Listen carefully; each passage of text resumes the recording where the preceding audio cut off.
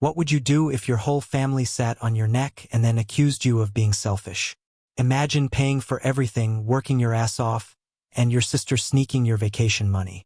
Sound like a nightmare? Now imagine taking matters into your own hands and unfolding the plot in a way they'll never forget. You want to know how it ends? Then make sure you watch it to the end. Jessica Moore was 28, a creative team lead at a software company in Jacksonville, Florida. From the outside, her life looked almost picture-perfect. A stable job, sleek wardrobe, iced lattes in the morning, and smiles in the office lobby. But reality, it hit as soon as she stepped through the front door. A year ago, her dad lost his business overnight. One bad investment led to another, and soon the family home was gone, the savings wiped clean. Jessica had no choice but to move back into her childhood home, the one she'd once sworn to leave behind for good. There, waiting for her, were her parents and her 25-year-old sister Emily, who still lived like a teenager. Now, Jessica was the only one bringing in income. Every grocery bill, every utility payment, every prescription pickup, it all came out of her pocket. And that evening, over the hum of the microwave and the ticking of the kitchen clock, her mom casually said, "Jess, Emily was hoping we could have pork chops for dinner tomorrow." Jessica glanced up, her eyes tired from another 10-hour workday. "Mom, we're almost out of money for groceries. Pork's not really in the budget right now. Could you maybe help out with the food costs this week?" Her mom frowned, and right on cue, Emily jumped in with her usual edge. "You're not spending enough on food. That's the real issue." Jessica blinked. Was she hearing that right? "I put in $1,000 a month just for groceries. You really think that's not enough? With prices these days? Absolutely not," Emily snapped. "It's not even close for a family of 4. Jessica clenched her jaw. She had kept quiet for months, but this time the words spilled out. "If you think it's not enough, maybe you could start working too? You're an adult, Emily." But instead of support, her mom immediately came to the rescue. "Finding a job isn't easy right now, Jess. It's tough out there." Now let's pause here. If you were in Jessica's shoes, what would you say?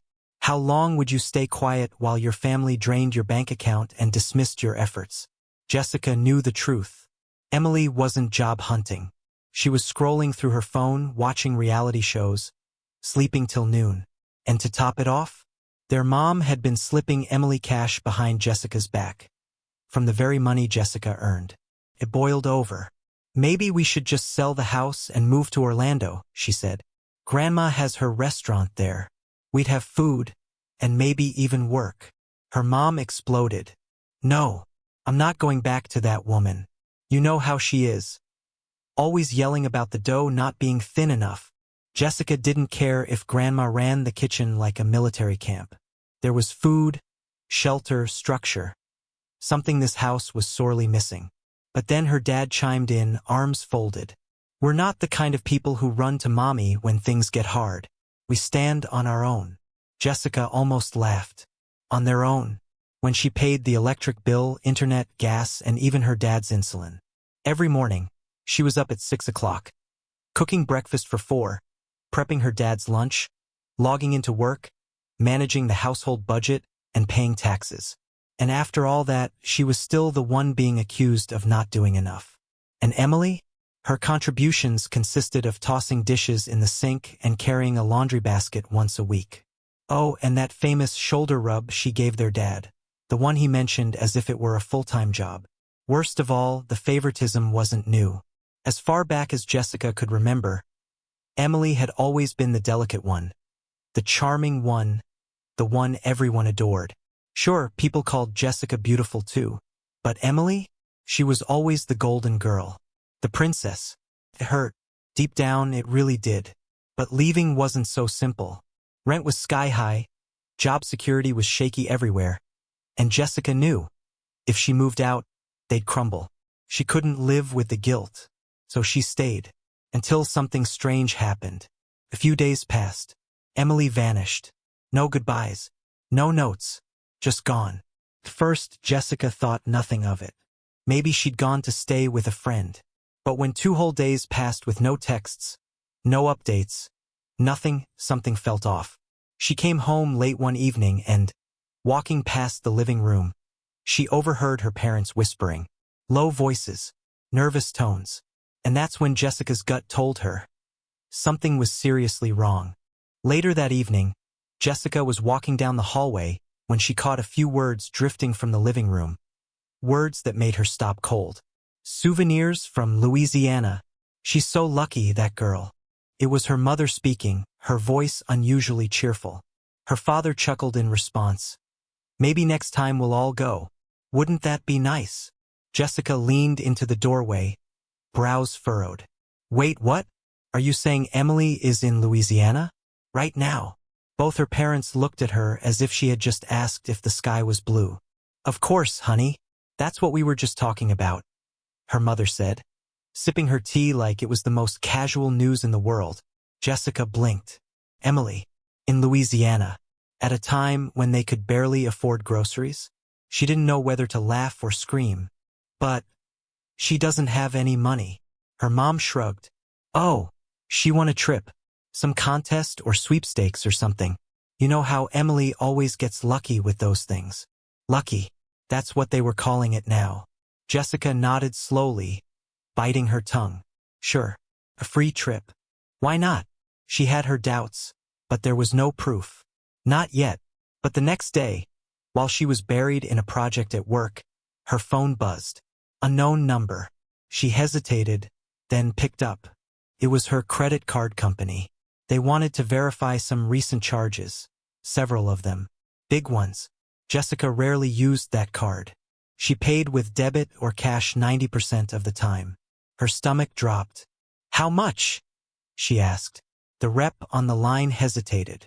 It looks like just over $3,000 in the past 4 days. Jessica's pulse spiked. She hadn't spent anything near that. Not in months. Not unless, of course. It hit her like a brick.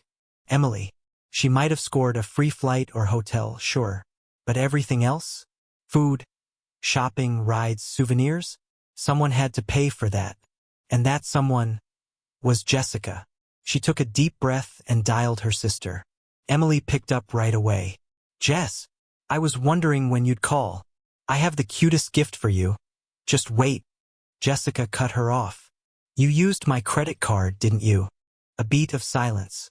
Then Emily gave a little laugh. Oh, that. Come on. It's not like I bought a car or anything. Jessica's voice tightened. You didn't even ask me. That's theft. Emily. That's a crime.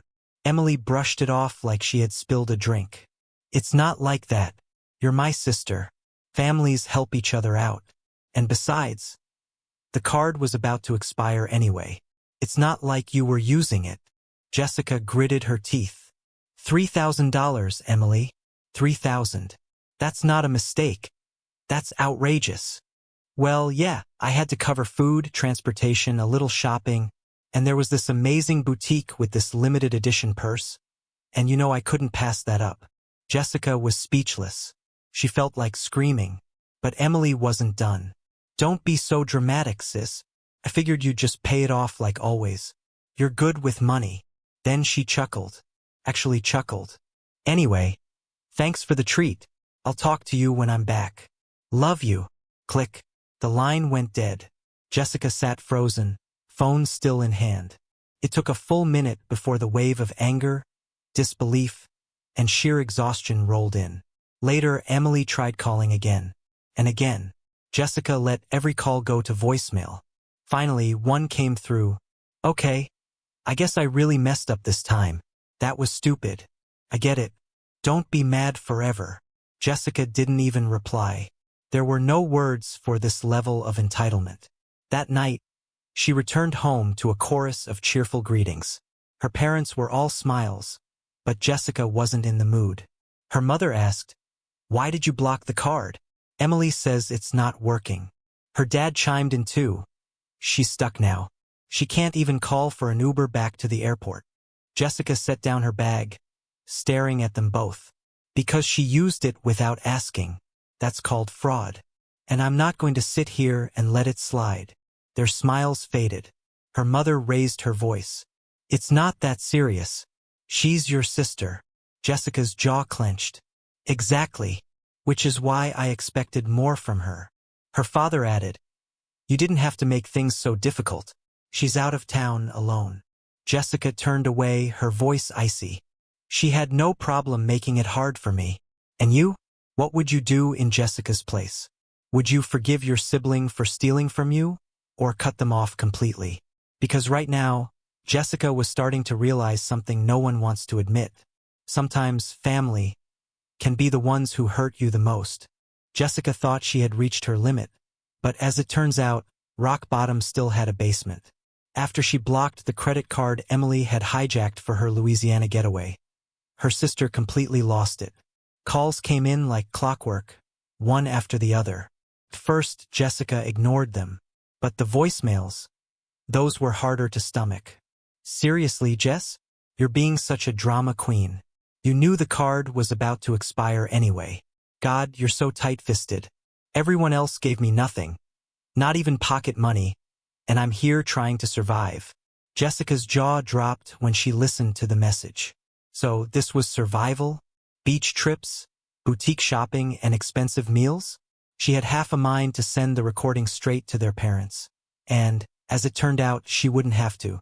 Because not long after, Emily went crying to them. That evening, her mother cornered her in the kitchen. Your sister is stranded in another state, Jessica. You cannot just leave her like that.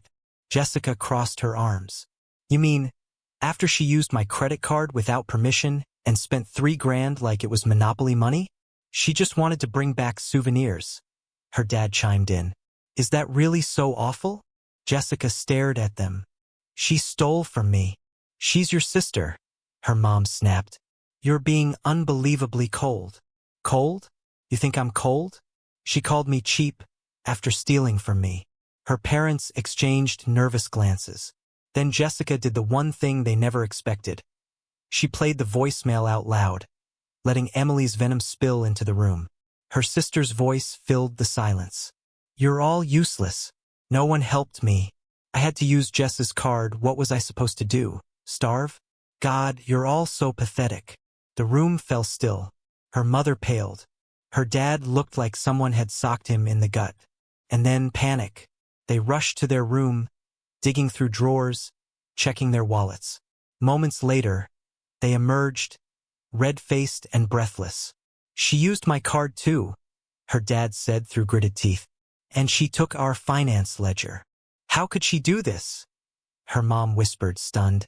Jessica shrugged, emotionless. Maybe she just wanted to bring you some souvenirs.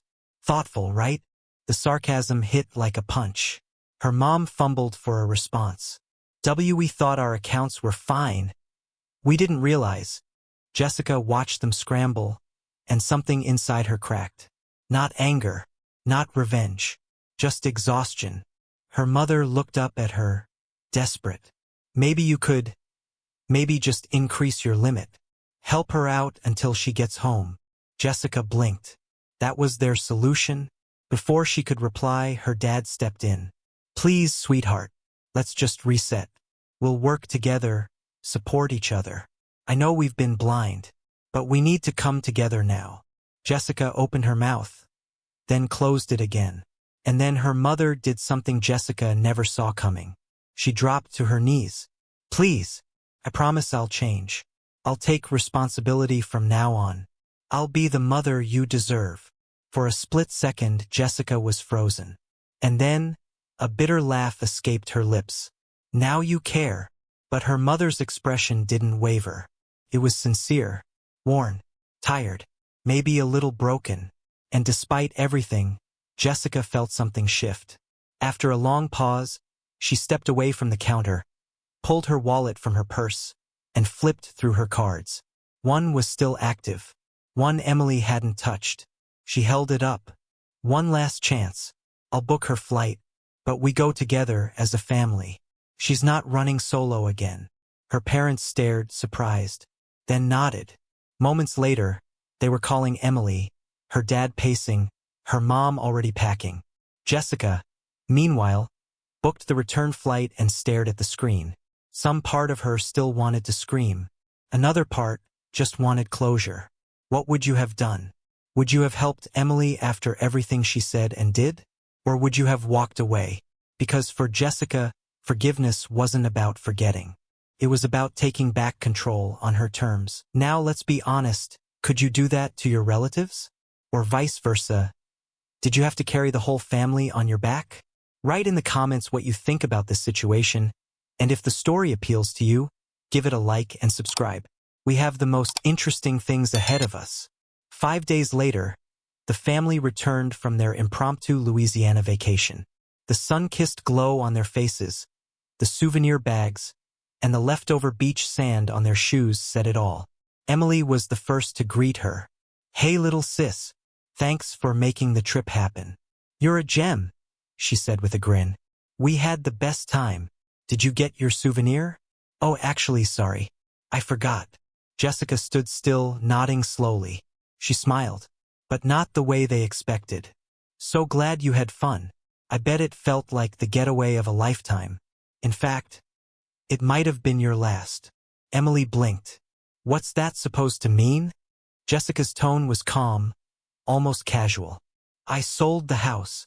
Silence. Her parents froze mid-step. Emily stared at her like she had spoken a foreign language. "You what?" her dad asked, his voice rising. "You mean this house?" "Our house." They turned and noticed something they had missed before. A crisp white sign posted on the lawn out front. "For sale." Jessica crossed her arms. "The house is gone. Deal closed while you were sipping cocktails in the French Quarter." Panic set in. "You can't just sell our home," her mom blurted out. "That's not even legal. It's your father's name on the deed." Jessica didn't flinch. "Actually, it isn't." She let the words sink in. "Dad, remember last year when you couldn't cover property taxes and asked for help? You signed over the deed in exchange for my assistance. I still have the paperwork." Her father's face turned ghost white as the memory hit him. His jaw tightened. His shoulders slumped. Jessica took a breath. "I kept quiet out of respect. I didn't want to humiliate anyone. But I've spent every day working, paying the bills, cleaning up your messes. And all I've ever gotten in return was being labeled cold, selfish, or worse." Her mother's voice cracked. "But where are we supposed to go?" Jessica smiled again, softer this time. "No worries. You're not being kicked to the curb." She reached into her bag and pulled out a small folder. "I spoke with Grandma. She's waiting for you in Florida. She's already set aside space at her restaurant. You'll have jobs, food, and a roof over your heads." The silence that followed was heavier than anything they'd felt before. "You can't send us to her," Emily screamed. "You know how she is.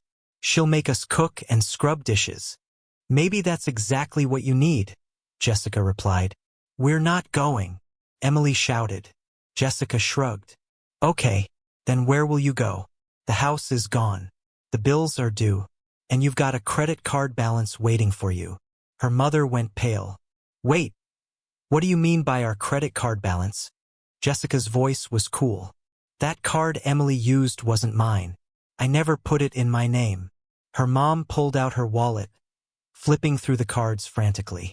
When she finally focused on the embossed name, her face drained of color. It was hers. She stumbled back, eyes wide. "No, no, that can't be." Jessica's voice dropped to a whisper. "Maybe next time you'll read the fine print before scolding me for not being generous enough." Her father tried to speak, but nothing came out.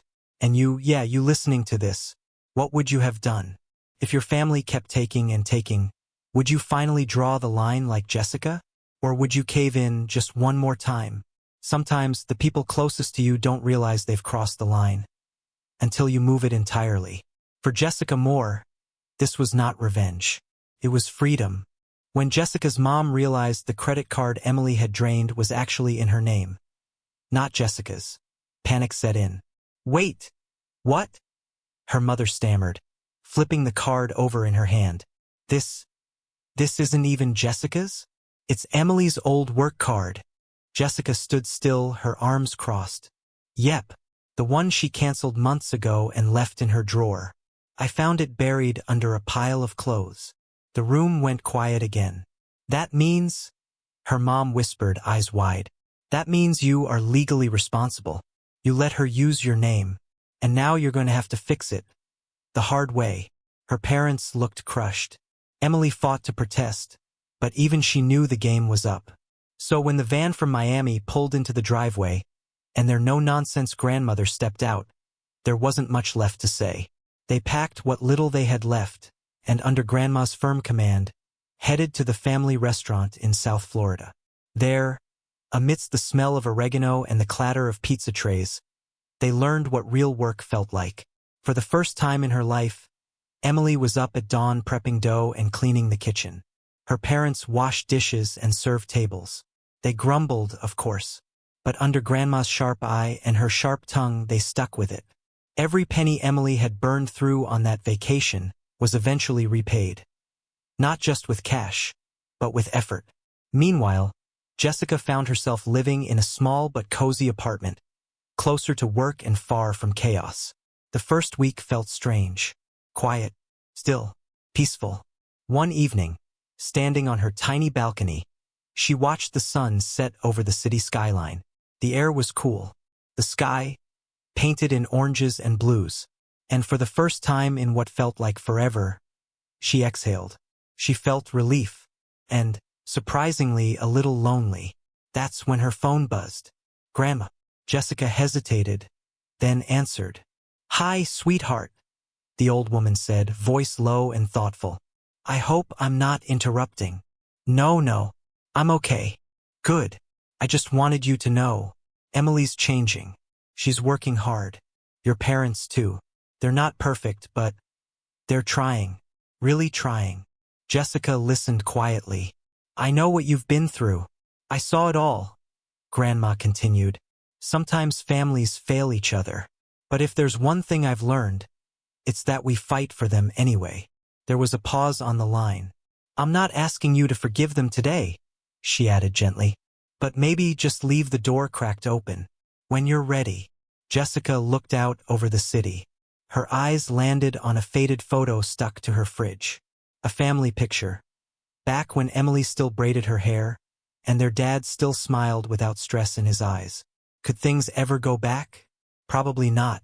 But maybe they could move forward. "I'll think about it," she said softly. And she meant it. Because healing isn't a single moment. It's a process. A choice.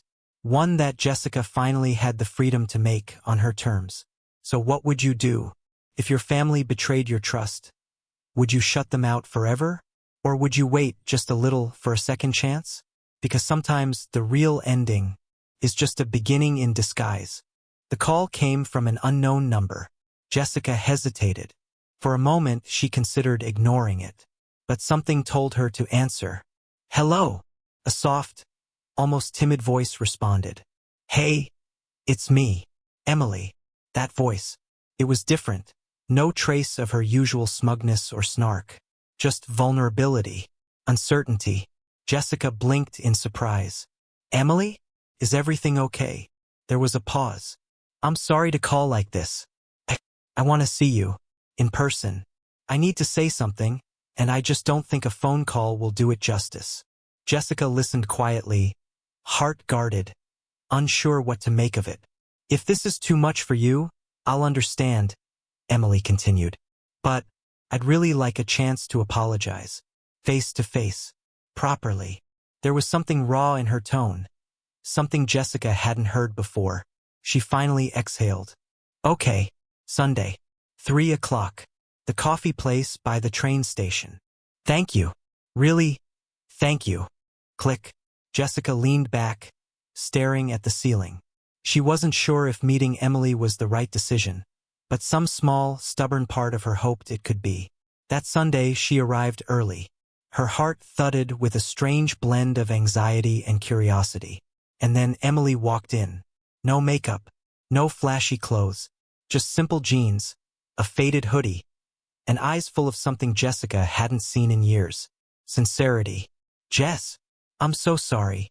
She sat down, her voice trembling, barely holding back tears.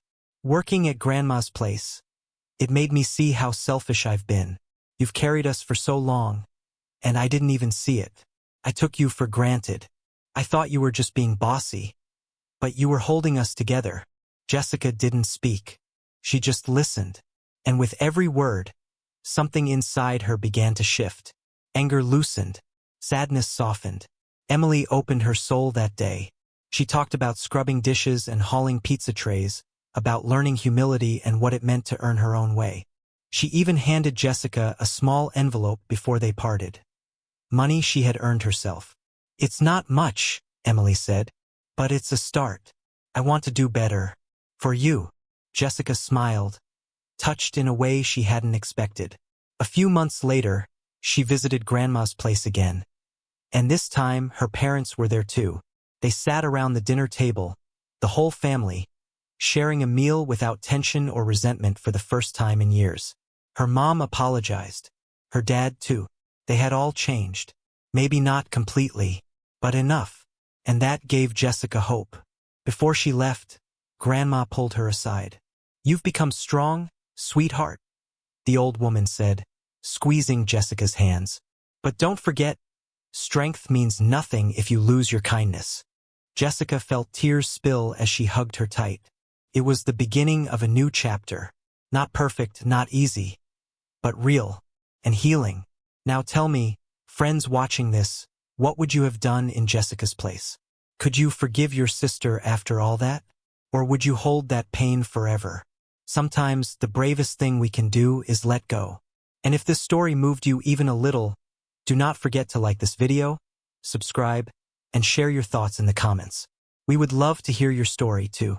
Until next time, be kind, be strong, be the one who turns the page. This is how one determined woman changed not only her fate, but the fate of her entire family. What would you do if you were her? Would you have forgiven her? Would you support her? Write in the comments. Your opinion is really important. If you like the story, don't forget to give us a like and subscribe so that you don't miss new life stories.